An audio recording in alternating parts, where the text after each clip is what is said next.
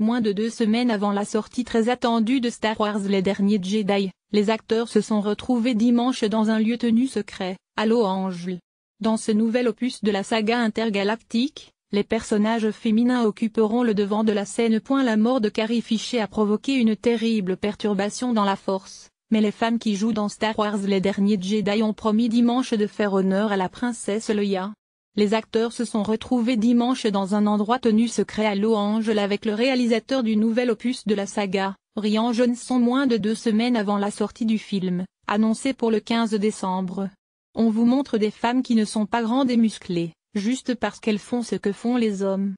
Elles font quelque chose de différent, a expliqué Gwendoline Christie, 39 ans, qui interprète la capitaine Phasma, qui commande les légions de Stormtroopers.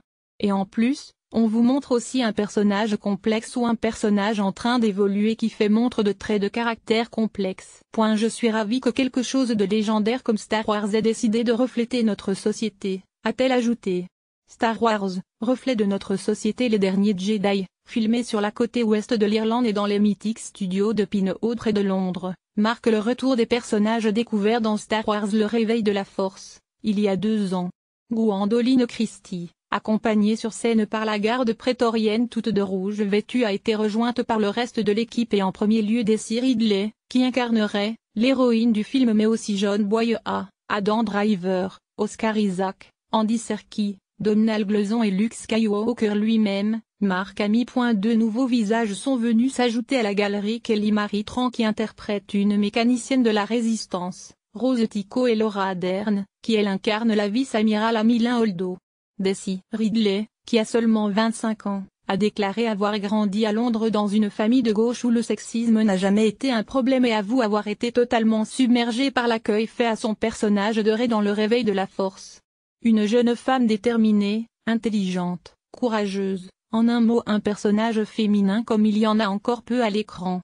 Quand j'ai signé, je savais que c'était très important, mais le retour a été bien au-delà de tout ce que j'aurais jamais pu imaginer, et c'est seulement plus tard que je me suis ah oui quand même, confie la jeune star. Hommage à la princesse Leia. Kelly Marie Tran, 28 ans, a parlé d'honneur et de responsabilité d'interpréter un rôle féminin important. Et les filles dans ce film, elles déménagent.